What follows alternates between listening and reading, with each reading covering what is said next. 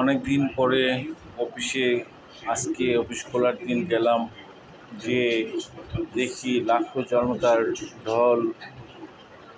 যে যেখানে পারছে সেখানে ঢুকছে, যে যেখানে পারছে সেখানে বসছে, যে যেখানে পারছে সেখানে ভিডিও করছে, যে যেখানে পারছে সেখানে দাঁড়িয়ে কথাবার্তা বলছে, সৌন্দর্য অবলোকন করছে।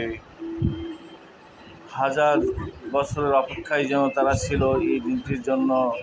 তারা আজ স্বাধীন বাংলাদেশের স্বাধীন সংসদ ভবনে ঢুকে সংসদ ভবনের সৌন্দর্য অবলোকন করছেন।